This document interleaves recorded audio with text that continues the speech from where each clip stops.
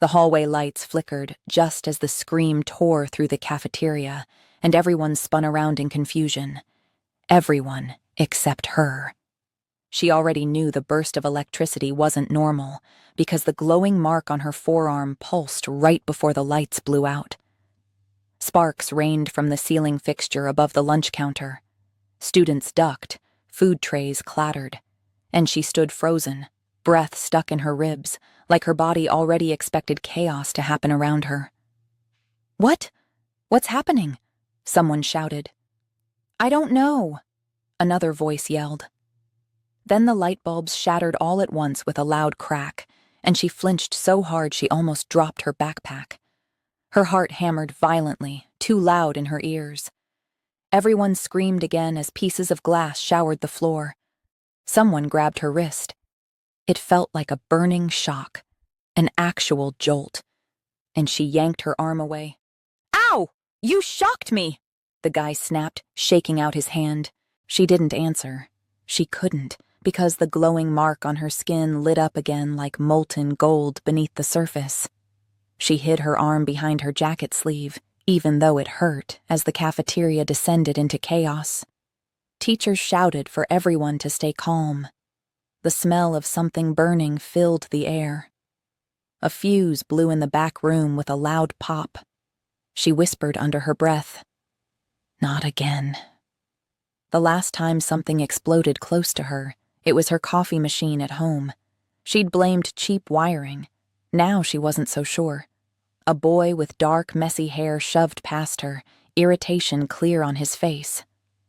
"This school falls apart every 5 minutes," he muttered like the noise physically annoyed him. Then he paused as if sensing something. His sharp gaze flicked to her, frowning. There was something strange in his eyes, too intense, like he was trying to look straight through her. "You," he said under his breath, not loud enough for anyone else to hear, but unmistakably directed at her. She swallowed hard. "What?" Before he could answer, time suddenly seemed to hesitate. The shouting voices stretched out like echoes underwater. The panic froze mid-motion, the falling food tray, the kid trying to stand up, the teachers rushing toward the fuse box. Everything halted. Only she kept breathing. Her blood went ice cold. "No, no, no, no, this isn't happening again." The boy who had whispered "you" wasn't frozen. He stared at her, expression changing into something darker and more dangerous than annoyance. "It's you," he said again, voice low. "I knew it." Time snapped back at once. Sounds rushed forward like someone unpaused reality. People kept moving as if nothing strange just happened. She gasped and stumbled backward, bumping into a table, but nobody noticed she'd practically stopped breathing. She bolted out of the cafeteria. Outside, she leaned against the wall, breathing fast, trying not to cry. A gust of wind hit her face like icy air. She closed her eyes. "Why does this keep happening to me?" "You're not supposed to be here," a calm voice said behind her. She spun. 2 adults stood near the exit doors, dressed in completely normal clothes but somehow looking like they didn't belong in a public high school. Too composed, too still, too aware. "Are you from the school board?" she asked weakly. "We're here for you," the woman said gently. "For what? I didn't do anything." The man spoke like he was reciting something practiced. "Your parents already agreed. We'll explain everything in the car." Her pulse spiked. "Wait, what car? Where are you taking me?" "Someplace safe," the woman replied. Safe. That word felt wrong. Her parents agreed? Without her? She shook her head, stepping back. "No. I don't even know who you are," the man sighed, almost sympathetic. "Your manifesting abilities. They're unstable. It's dangerous for you to stay here." Manifesting. Abilities. Dangerous. The words hit like thunder. "I'm human," she argued, even though she wasn't sure anymore. The woman smiled softly, but there was something sad in it.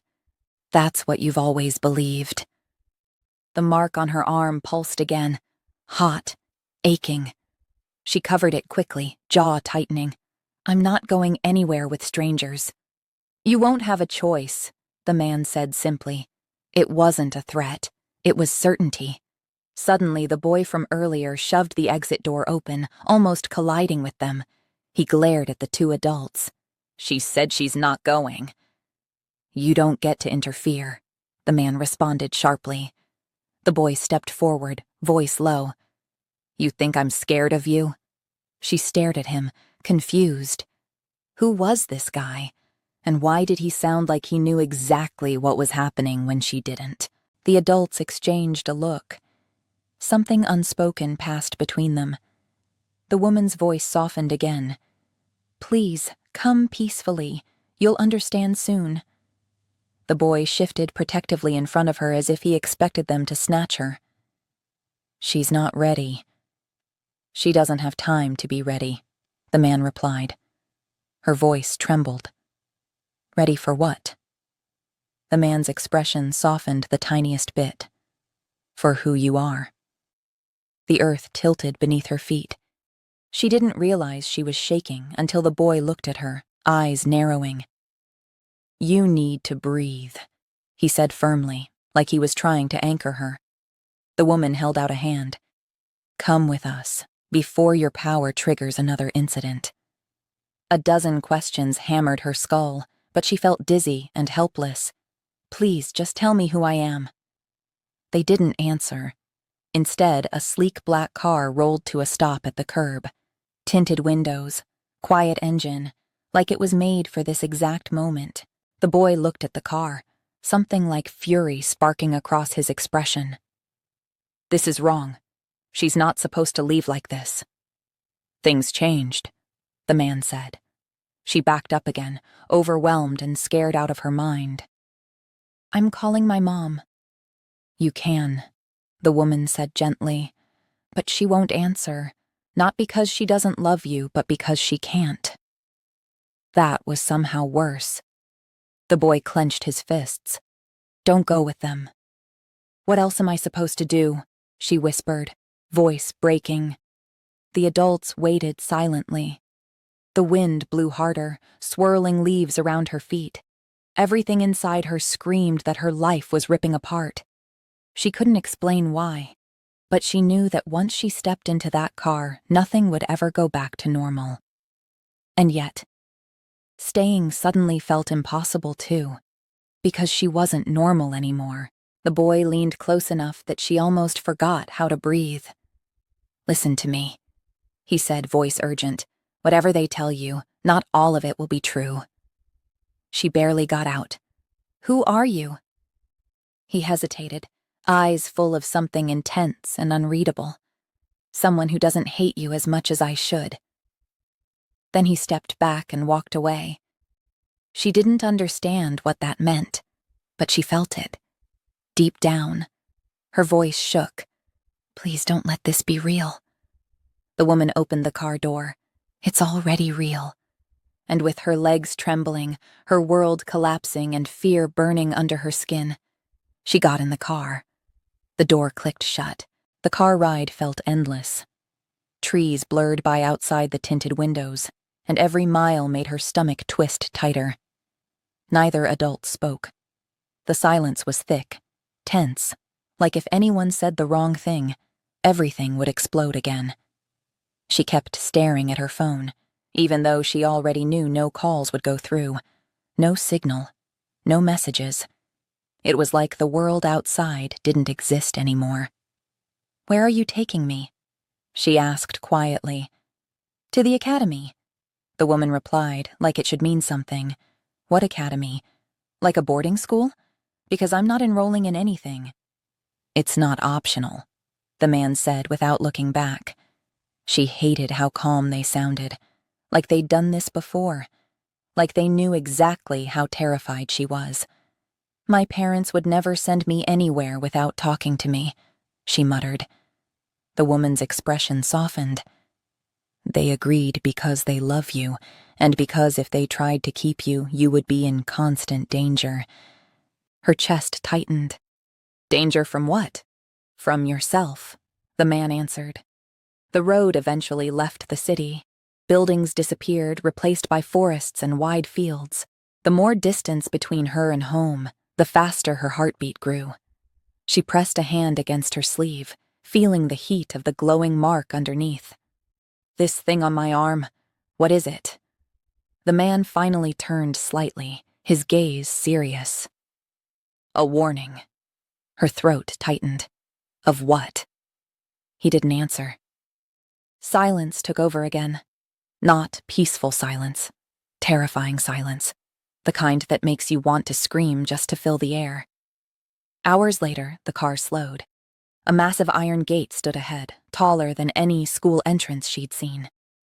Carved into the metal were strange symbols she couldn't read, glowing faintly like embers. The woman spoke to a device near the dashboard. Escort Level 2. Arrival. The gates opened automatically. She whispered, "This place looks like a castle." "In a way," the man agreed. Tall stone buildings rose beyond the courtyard, torches lining the paths even though it was daytime. Students walked around wearing uniforms that looked way too expensive and way too dramatic to be real. Some had strange colored eyes. Some had unnatural hair hues. She even swore she saw someone with pointed ears. "This is a joke," she muttered. "It has to be." The woman smiled sadly. "You'll learn quickly that nothing here is a joke." When the car stopped, students stared at her like she was some rare animal being released into the wild. She wanted to shrink or disappear. A tall boy with sharp cheekbones and a slightly messy black uniform approached, expression unreadable. His voice was low, controlled. "She's the new arrival?" "Yes," the man answered. Escort protocol completed. The boy studied her, eyes scanning her face, then her arm. His gaze lingered there too long, and she pulled her sleeve lower, heart pounding. His voice lowered. "She's already marked. Marked. Like she was property, or cursed, or claimed." "What does that mean?" she snapped. He shook his head slightly. "It means you shouldn't be here yet." Then his tone sharpened at the adults. "Who authorized this transfer?" "Headmistress approval," the woman answered. He didn't look convinced. Suddenly, another boy seemed to appear from nowhere, seriously appear. Like 1 second, no one was there, and the next second he was leaning casually against a column, arms crossed, looking amused. He was definitely attractive, but there was something eerie about him. His eyes were too dark, too unreadable. He smirked at her. Well, finally awake, are we?" She blinked. Have we met?" He tilted his head as if studying her like a puzzle piece. "Not yet. Or maybe a long time ago. Depends how you look at things." She stepped back instinctively. "Sorry, what?" He smiled, slow and knowing. "Don't apologize. I like déjà vu." She had no idea how to respond to that. Footsteps echoed across the courtyard as another student hurried over, this one taller, broader-shouldered, with warm brown eyes that seemed genuinely worried. He stopped abruptly, staring at her arm, then looked away quickly like he didn't want to cause panic. He whispered, "It's happening again." She wanted to scream. "Okay, can someone please explain why everyone keeps staring at my arm like I'm infected?" No one answered. The first boy, sharp cheekbones, dark eyes, finally spoke more gently, but still distant. "Follow me. Headmistress will explain your assignment." "I don't have an assignment," she muttered. "You do," he replied, eyes narrowing slightly. "Whether you want it or not." The mysterious, smirking boy pushed off the column and strolled closer. "Try not to panic. That's usually when things break." She stared at him, anger and fear twisting inside. "Break? What breaks?" He grinned. Reality. Her stomach dropped. The tall boy with warm eyes finally spoke, his voice calm, almost soothing. "You're safe here, I promise." She didn't trust that promise, but it was the nicest thing anyone had said since the cafeteria exploded. As she followed them toward the entrance, whispers rose around her. Students staring. Some fascinated, some confused, some genuinely afraid. She heard fragments. Is that her? But she's human. No human could survive it. They shouldn't allow her here. What if she triggers it again? Her hands shook. She turned toward the sharper-looking boy. What are they talking about? Trigger what? He didn't answer at first. Then his voice softened unexpectedly. Your magic. I don't have magic, she protested. I don't even believe in magic. I just want my normal life back. He stopped, looking directly into her eyes, something painful flickering there. Normal stopped being an option before you were even born. She opened her mouth to argue, but something in his expression silenced her, like he knew something about her life she didn't. The smirking boy leaned in close enough that she felt his breath. If I were you, I'd stop wishing for normal. Destiny rarely listens. She turned away, overwhelmed. They led her inside a grand hall filled with ancient portraits, staircases that twisted impossibly, and chandeliers that glowed without candles. She couldn't process any of it. Just then, someone with fiery red hair rushed past them and slammed into the doorway. There was a sudden burst of heat, literal heat. She yelped, stumbling back as flames sparked across the floor for one terrifying second before disappearing. Oh no, sorry, the red-haired boy blurted, face turning pink. I didn't mean... He turned to her with panicked eyes. Are you hurt? I swear I wasn't trying to... The sharp-cheeked boy groaned softly. Dragon students are banned from rushing inside. The redhead winced. It was an accident. I swear I was just, trying to get here fast. The smirking boy whispered to her, Careful with this one. He tends to combust when nervous. The red-haired boy glared. I do not. Prove it, the smirking boy teased. I don't need to prove anything. The redhead sputtered, cheeks glowing like embers. Leave her alone. Her mind spun. Dragon, vampire, magic, explosions, marks. Nothing made sense. None of this could be real. And yet, the burn under her skin said otherwise. The sharp-cheeked boy finally gestured for her to follow again. Headmistress, now. She swallowed hard as she stepped into a massive office lined with ancient books and glowing artifacts. A tall woman with silver hair turned slowly, expression unreadable. You're late, the headmistress said simply. And then her gaze locked on the mark through her sleeve like she could see straight through fabric. Her eyes widened just a fraction. Oh, she murmured, so it's already begun. The room seemed colder suddenly. What has begun? She whispered. The headmistress stepped closer, voice suddenly heavy with something that felt like fear. You're awakening. Her blood froze. Her breath hitched. Awakening of what? The headmistress didn't answer right away. Her silver gaze flicked again to the invisible glow beneath the girl's sleeve. Your powers have surfaced early. Much earlier than predicted. The boy with sharp cheekbones shifted behind her, voice tight. You should have told me she was marked before arrival. She spun toward him. You keep saying that word like I'm some kind of object. You're not an object, he said quietly.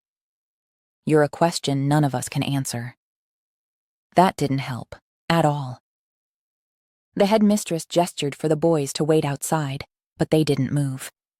She cleared her throat sharply, and all three reluctantly exited, except the one who lingered a second longer staring at her, like he wanted to say something but couldn't. Then the door shut. Suddenly the room felt enormous and terrifyingly silent. I don't understand any of this, she whispered. I was just trying to survive high school. And now, lights exploding, time freezing, strangers dragging me here. You weren't dragged, the headmistress corrected softly. You were retrieved.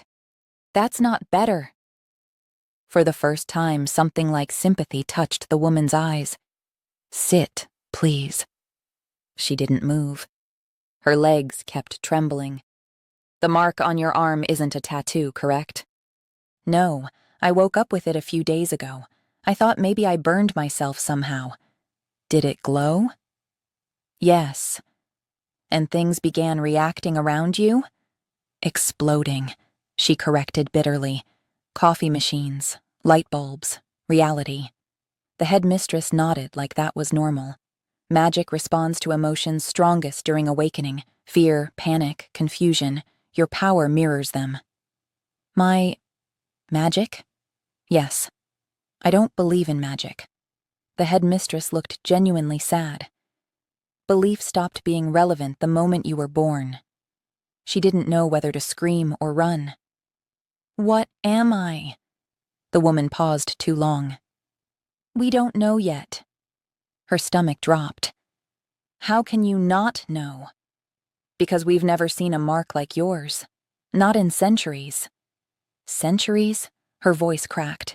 So I'm some kind of experiment? No, the headmistress said firmly. You're something new, something impossible, and that may make you very valuable, or very dangerous to the wrong people. She wrapped her arms around herself, like holding her body together. I want to go home. You can't. Why not? Because someone is already looking for you. A chill slid down her spine. Who? She whispered. We don't know, the headmistress replied. But your powers awakened early. Someone may have sensed it. That word again, someone, like a shadow hanging over every sentence. So I'm being hunted for something I didn't even know existed.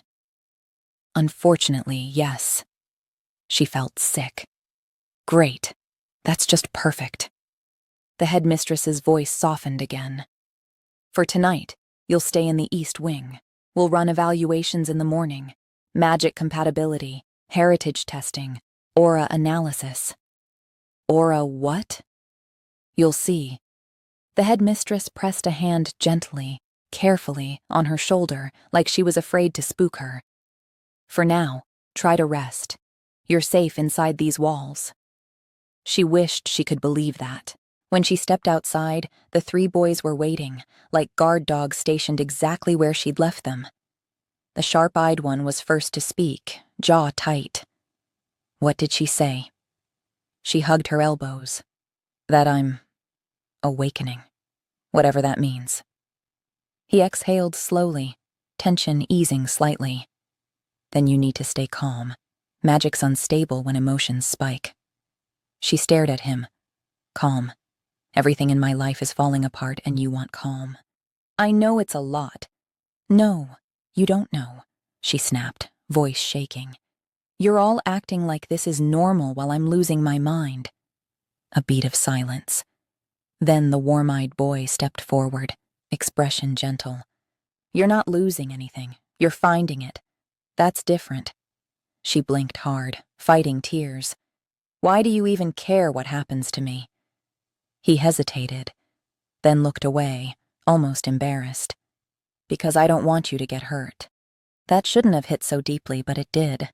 Until the smirking boy leaned close, voice low enough only she could hear. He's lying. They all care for different reasons. She stared at him. What reason do you have? I remember you. Her heart stumbled. We've never met.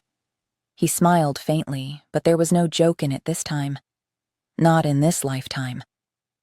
The other 2 stiffened instantly, like that sentence wasn't just strange, but dangerous.